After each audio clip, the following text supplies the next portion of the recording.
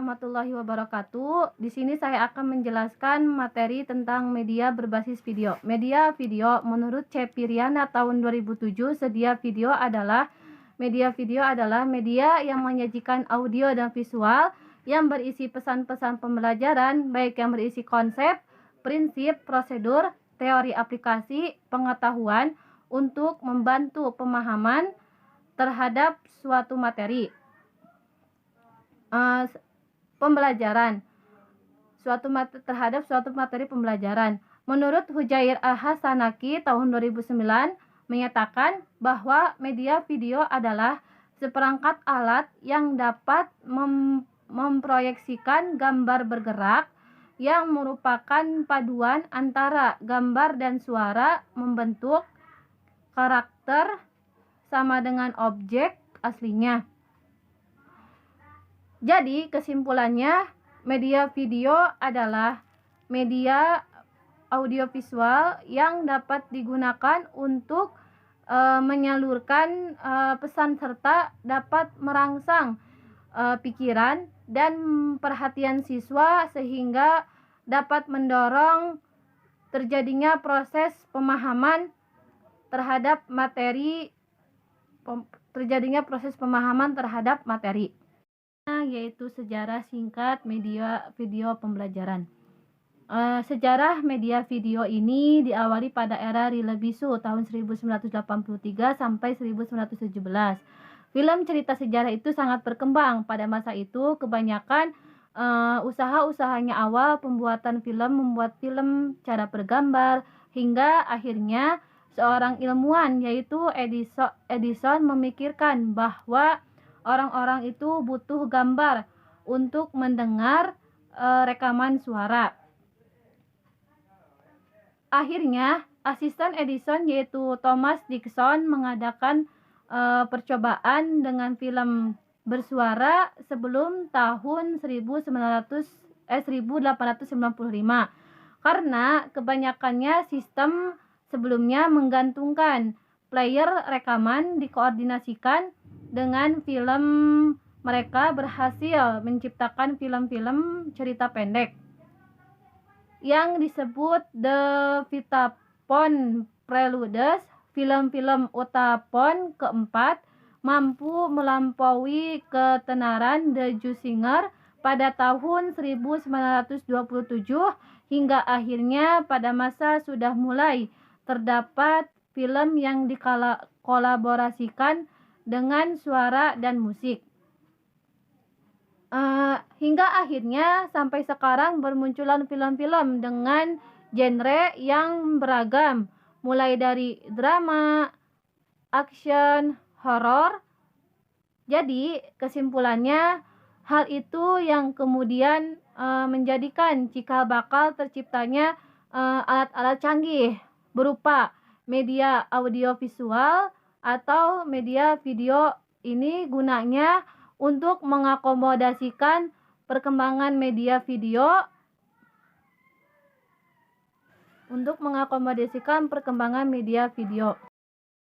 materi selanjutnya yaitu karakteristik media video itu menurut Smalding, Russell, Henrik, dan Molenda tahun 2008 itu ada 4. Yang pertama, mengatasi keterbatasan jarak dan waktu. Yang kedua, video dapat diulang 2 kali bila perlu menambah kejelasan. Yang ketiga, pesan yang disampaikan cepat dan mudah diingat. Yang terakhir, yang keempat itu memperjelas hal-hal yang abstrak. Baik, di sini saya akan melanjutkan materi mengenai tujuan media video. Yang pertama, tujuannya yaitu untuk memberikan pengalaman belajar yang berbeda dan juga bervariasi, sehingga itu nanti dapat merangsang minat siswa untuk belajar. Yang kedua, dapat menciptakan situasi belajar yang tidak mudah dilupakan oleh siswa tersebut. Yang ketiga, yaitu untuk mewujudkan situasi belajar yang efektif. Yang keempat, tujuannya yaitu untuk mempengaruhi sikap dan juga emosi setiap peserta didik. Dan yang kelima, yaitu untuk memberikan motivasi belajar kepada siswa. Selanjutnya yaitu mengenai fungsi media video. Menurut Akib, tahun 2013, ia menyatakan bahwa fungsi media video itu ada 3. Yang pertama, membuat pembelajaran lebih jelas dan juga lebih menarik. Yang kedua, dapat menumbuhkan sikap positif belajar terhadap proses dan juga materinya. Yang ketiga, dapat mengefisienkan waktu dan juga tenaga. Materi yang selanjutnya yaitu mengenai manfaat media video. Yang pertama, sangat membantu tenaga pengajar dalam mencapai efektivitas pembelajaran. Nah, khususnya pada mata pelajaran yang mayoritasnya praktek. Yang kedua, dapat merangsang minat belajar siswa untuk lebih mandiri. Yang ketiga, daya nalar siswa akan lebih terfokus dan juga kompeten. Dan yang keempat, membuat pembelajaran lebih jelas sehingga hal-hal yang bersifat abstrak itu dapat dikonkretkan. Selanjutnya mengenai prosedur dan juga penggunaan media video.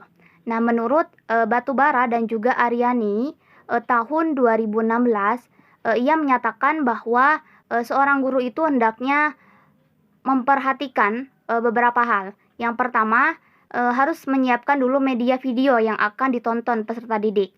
Namun harus mencakupi syarat-syarat tertentu. Yang pertama, isi video yang ditampilkan harus berkaitan dengan topik pembelajaran. Yang kedua, setiap gambar yang ada di video itu harus sesuai dengan tema dan juga tidak memuat unsur yang menyimpang. Dan yang terakhir, yaitu durasi video tidak terlalu panjang.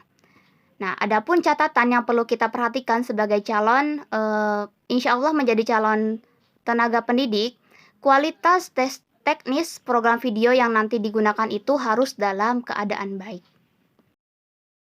Selanjutnya masih seputar prosedur dan juga penggunaan media video. Seorang guru itu harus mempersiapkan unit pelajaran terlebih dahulu. Kemudian baru memilih tuh media video yang tepat. Selanjutnya, guru juga harus mengetahui durasi video di mana itu semua disesuaikan dengan jam pelajaran. Dan selanjutnya, pada saat mempersiapkan kelas, guru itu harus menguasai atau memanage kelas dengan baik. Dengan cara guru memberikan penjelasan global tentang isi video yang nanti akan diputar. Dan selanjutnya, mengenai aktivitas lanjutan yang harus dilakukan oleh seorang guru dalam penggunaan media video. Setelah pemutaran video selesai, nah sebaiknya guru itu harus melakukan refleksi dan tanya jawab dengan siswa terkait video yang telah ditayangkan itu. Jadi itu sebagai bahan evaluasi terhadap materi yang telah diajarkan atau disampaikan melalui video. Nah teman-teman, contoh langkah-langkah cara penerapan media video pada materi simulasi haji. Langkah yang pertama yang harus dilakukan yaitu kita install dulu aplikasi YouTube-nya. Jika sudah terinstall seperti saya, maka kita pergi ke YouTube.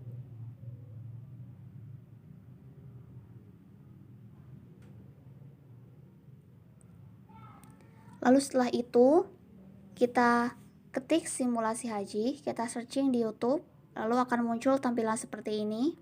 Di situ banyak sekali tersedia berbagai macam video mengenai pelaksanaan ibadah haji. Nah, setelah itu kita klik, kita salin linknya.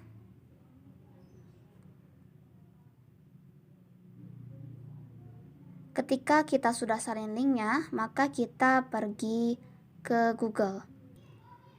Setelah kita ke Google, lalu kita ketik save from net. Kita klik yang paling atas.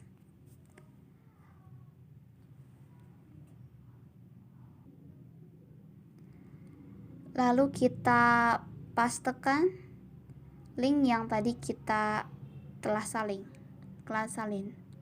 Setelah itu video sudah siap. Maka langkah selanjutnya yaitu kita unduh. Nah, setelah kita unduh secara otomatis akan tersimpan di galeri teman-teman semuanya. Nah, jadi teman-teman, saya tidak akan mempraktikkan berbagai macam atau gabungan video-videonya, tapi teman-teman bisa mempraktikannya di rumah. dengan cara seperti tadi. Nah, setelah diunduh, otomatis sudah tersimpan di galeri. Maka langkah selanjutnya yaitu proses pengeditan. Nah, untuk proses pengeditan ini lebih kepada pilihan teman-teman sebagai calon tenaga pendidik, harus pintar-pintar memilih aplikasi yang cocok dengan selera teman-teman untuk dijadikan sebagai proses pengeditan, baik itu di Power Director, Filmora, Google Master, Viva Video, atau CapCut. Nah, kelompok kami memakainya di CapCut, jadi teman-teman bisa menginstal CapCut, lalu edit videonya di situ. Jadi ketika beberapa video telah teman-teman download dengan cara yang telah di awal tadi dipraktikan, nah setelah itu teman-teman lalu gabungkan dengan cara mengeditnya di aplikasi CapCut. Nah, namun ada cara lain juga selain kita lewat YouTube. Kita bisa langsung pergi ke Play Store-nya, lalu kita klik aplikasi khusus mengenai simulasi haji, yaitu nama aplikasinya Haji Pintar. Nah, teman-teman bisa menginstalnya. Di sini sudah tersedia beberapa fitur yang luar biasa, menu-menu yang luar biasa untuk dijadikan sebagai pemahaman teman-teman untuk kedepannya mengenai bagaimana itu cara mempraktikkan haji lewat aplikasi ini. Jadi teman-teman bisa menginstal dulu. Nah, jika sudah diinstal aplikasi Haji Pintar, maka teman-teman bisa lihat di sini banyak sekali menu-menu yang luar biasa mengenai haji. Di sini juga ada video tutorial. Nah, di sini kita buka tutorial manasik haji dan umroh. Di sini sudah tersedia berbagai macam video mengenai haji dan umroh. Teman-teman bisa salin linknya lalu pastekan di web yang tadi. Lalu setelah itu teman-teman bisa menggabung-gabungkannya atau mengeditnya di aplikasi CapCut. Jadi teman-teman bisa mencoba ya di rumah, sehingga nanti gabungan beberapa video itu diedit dalam CapCut, sehingga nantinya bisa menjadi media video yang utuh untuk dijadikan proses pembelajaran di sekolah, khususnya pada materi simulasi haji. Pembahasan yang pertama yaitu tentang kelebihan media video. Kelebihan media video ini terdapat 6 poin. Yang pertama, informasi yang dibuat terperinci khususnya dalam simulasi suatu cara. Yang kedua yaitu dapat dipercepat atau diperlambat sesuai dengan keinginan kita. Yang ketiga yaitu dapat merekam atau menampilkan keadaan yang sesungguhnya dan dapat digunakan secara berulang. Yang keempat, dapat menyajikan materi yang secara fisik tidak dapat dibawa ke dalam kelas. Kita bisa mendeskripsikan suatu hal hanya dengan pemutaran video. Kemudian yang kelima yaitu pembelajarannya efektif baik untuk kelompok ataupun individual. Kemudian yang terakhir yaitu proses pembelajaran menjadi lebih menarik sehingga dapat menarik minat siswa. Kemudian pembahasan tentang kekurangan media video. Kekurangan media video diantaranya yaitu yang pertama, video terlalu menekankan pentingnya material ketimbang proses pengembangan materi tersebut. Lalu kemudian gambar bergerak terus sehingga tidak semua siswa mampu mengikuti atau mencatat informasi yang ada di video. Kita bisa menanganinya dengan menjeda video tersebut. Lalu pemanfaatan media ini juga terkesan memakan biaya yang tidak murah. Kemudian sukar untuk direvisi dan terakhir yaitu memerlukan arus listrik.